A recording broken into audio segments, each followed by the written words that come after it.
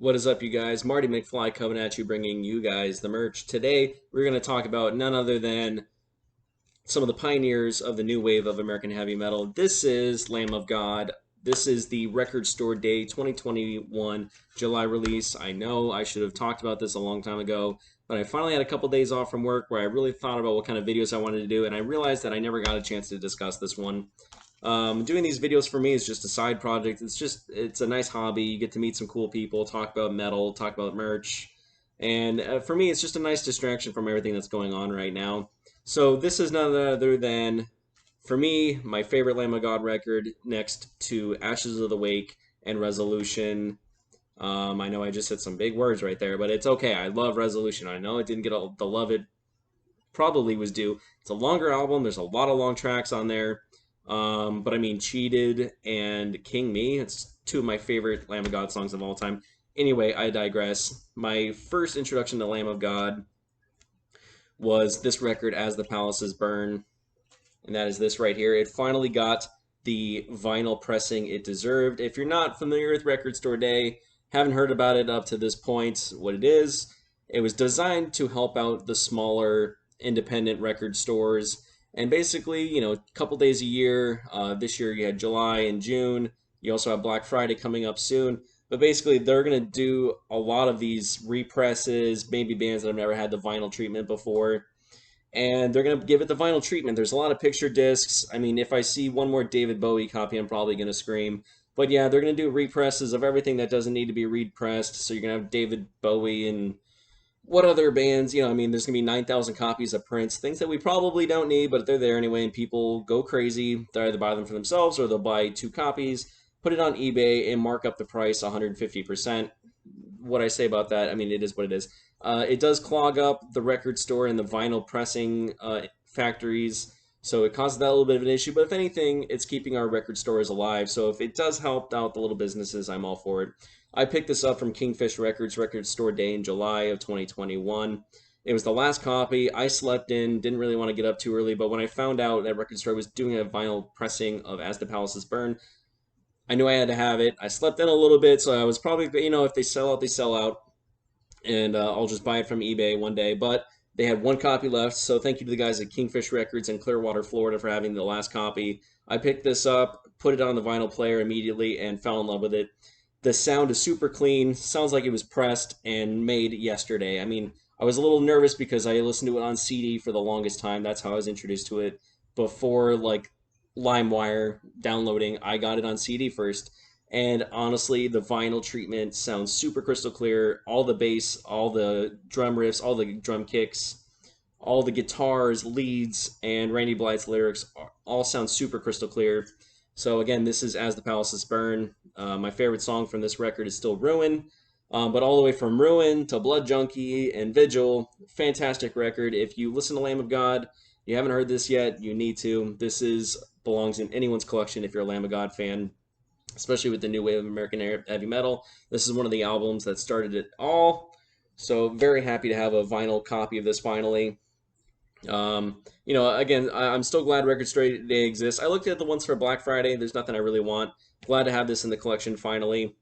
Like I said, Lamb of God's records. You have Ashes of the Wake, which everybody knows, and then you have maybe not a lot of people liked, but I love the Resolutions. One of my favorite records by them all time. Again, super happy to have this. So we have a pretty nice insert. Actually, gives a little bit of a mantra down here, just talking about the album and the band. Our lyric sheet on the back. But again, if you don't know Lamb of God, it's Randy Blythe. This album was John Campbell, Mark Morton, and then you have Willie and Chris Adler.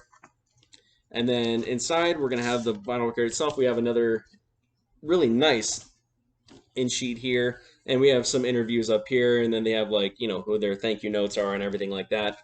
And then a really just gorgeous blood red splatter vinyl. I didn't even know this was part of it. I thought it was going to be standard issue black vinyl, but I was super happy to actually have a colored copy of this. And it sounds amazing. I don't think the color actually took in any form or took anything away from the sound. It still sounds amazing. I don't know what prices are for now on eBay. I don't really want to know. I'm glad I got it when I did. If you haven't heard this, you definitely need to listen to it, though. So glad. This is a big holy grail for me to actually have a vinyl pressing of this, and I don't know if they actually did a vinyl pressing of this back in the day, but I'm glad I have it now. So that was Lamb of God's Alice the Palaces Burn. As you can tell, I'm still super excited about it months later. I'm still playing it all the time. A couple things that are spinning right now that I wanted to talk to you guys about. There is a record store I've never been to. This is a long way away from where I live, but in Clearwater, Florida, far, far away from me. There is a record store called the Clearwater Record Store. I just went in there for the first time the other day, and this place was incredible. I made a short video about it. You can look at my shorts, and it gives you a nice little tour of it. The jazz, the blues, classical, everything that you could ever want is in there. The metal section's a little smaller than I would have wanted, but they had a first press copy of Omen. It wasn't Warning of, I would have been cool to see like Warning of Danger or something, but anyway, they have a copy of Omen in there for like 30 bucks. I think that's really reasonable for what you get, especially for a first press. What I did pick up though was Dexter Gordon. This is Sophisticated Giant. I'm a huge jazz and blues buff. So to actually see like their Dexter Gordon collection, I mean, it filled up an entire shelf of just DG, and I'm super excited to have another album from him. I have the Gotham album from him, and I was just super happy to see their selection. And this isn't one I've heard before, so I just went on a whim and just tried it. Only 10 bucks. Their prices are actually very reasonable. If you're a CD guy like I am, their CD selection for heavy metal is massive. Probably one of the biggest I've seen in the Tampa Bay area. Or in Florida, Orlando. I mean, as far as heavy metal CDs, it's its own section all by itself. Massive selection. I definitely recommend giving those guys a call, just going down and visit. It's right next to Grindhouse Brewery, which is a great brewery. Give those guys a big shout out. So, Dexter Gordon, pretty happy to have it. One of my pickups from Atlanta, Georgia. This is Built for War. This is Hammercult. This is a band from Tel Aviv, Israel. This is kind of like thrash, like I don't want to call it black and thrash, but definitely super thrash, a little bit of like Havoc, like the newer age of thrash metal, but a lot of like death in there as well. So I'd say a pretty nice concoction of like death metal, thrash metal. You have a little bit of like Sodom, Venom influence there, maybe even like a little bit of like the Tampa Bay and Buffalo death metal scene, and then just straight up thrash from the Bay Area. It's a shorter album. I think there's like 8 tracks on here, and then there's even a cover, Evil Has No Boundaries by Slayer. Pretty excited to actually jam this. I got this from Criminal Records in Atlanta, Georgia. It's actually been a lot of fun to sit back and play this. So if you kind of like that type of thrash metal, I definitely recommend it. Next on my list, another thing that I've been playing a lot ever since I bought it. I was super happy to get it. This is Shamash, Hearts of No Light. I originally found out about these guys from Matt Heafy of Trivium. He talks about them in one of his videos when they were in London, this London record store. And I know I talked about this record in the past. It's in one of my older videos if you want to check that out. But nice gatefold. Overall, fantastic record. There's actually a track on here called A Paradigm of Beauty, and I think that's the one it is. But it almost sounds like it's a Cure cover. I looked online just to make sure it wasn't a Cure cover. But it's just super melodic, kind of like the 80s like synth. So this is a interesting band because they have a lot of melody, but a lot of like blackened, a little bit of death, a little bit of thrash, and then a lot of black metal influences, but super melodic. Very well recorded. The sound quality is amazing, so it's not like two dudes sitting in the woods where you can barely hear anything and it sounds like it was recorded in a toaster. No, these guys put a lot of care into recording their band. So this is on like a dark blood red vinyl, double LP. Sound quality is fantastic. They split it up over to 2 LPs. Can't talk about those guys enough. Their discography, I haven't listened to the first record, but I have this, and I have the one that just came out, Contradiction, the one that came out right before Hearts of No Light. Contradiction, I'm a big fan of. Can't talk about it enough. And then last but not least, this was also on Record Store Day, but it was kind of weird how it was released. So I think online it was called like RSD Black Friday, but this came out not on a Black Friday day. I got these guys from St. Pete Retro Records, or Planet Retro Records, St. Petersburg. They had a copy of it. Target actually did a pressing of this. I didn't even know we had a vinyl pressing of this until, and this might be the first vinyl pressing of it. I'm super glad to hear it. This is none other than Shadows Fall of One Blood, another band from the new wave of American heavy metal. So glad to have this on vinyl. I can't wait to play it. I'm going to actually open this for you guys right now because this is on a different colored vinyl. From the way it looked online, it looks like it's like a gold merge maybe, or gold splatter. But yeah, they had this on the shelf really cheap. Even Target had it online.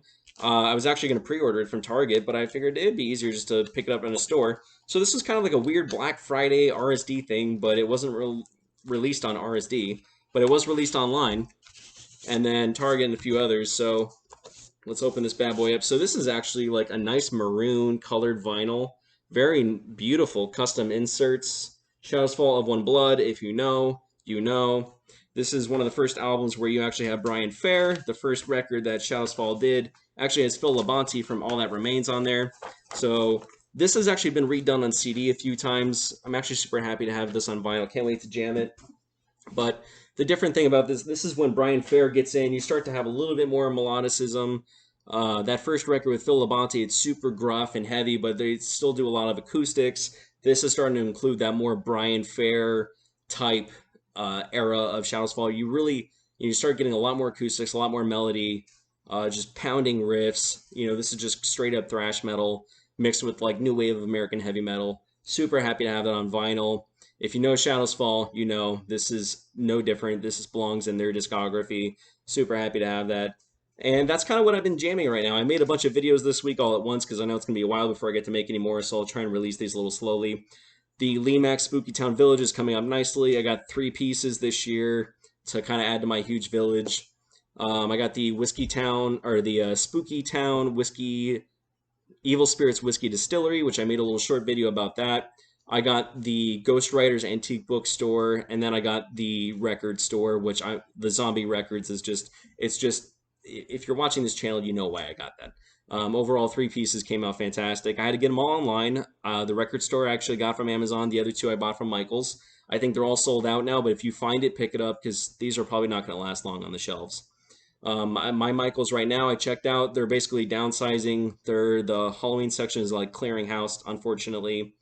Even the Spooky Town setup didn't even get displayed this year. They just threw it on the shelf, and I think a lot of it has to do with all these ships that are stuck off the coast in California. Just COVID kind of wrecked everything, and it's kind of ruining a lot of things still, unfortunately. But enough of me ranting. Anyway, that was this week's video. I hope you guys are doing well out there. I kind of want to hear about, this is like a big hobby for me. But I want to hear about what you guys are listening to. What are you guys jamming? What are you buying? I'm happy to talk if you guys want. Comment, like, subscribe. Anything helps, man, for the channel. This is a big hobby of mine, so I'm happy to hear about you guys too. All right, take care.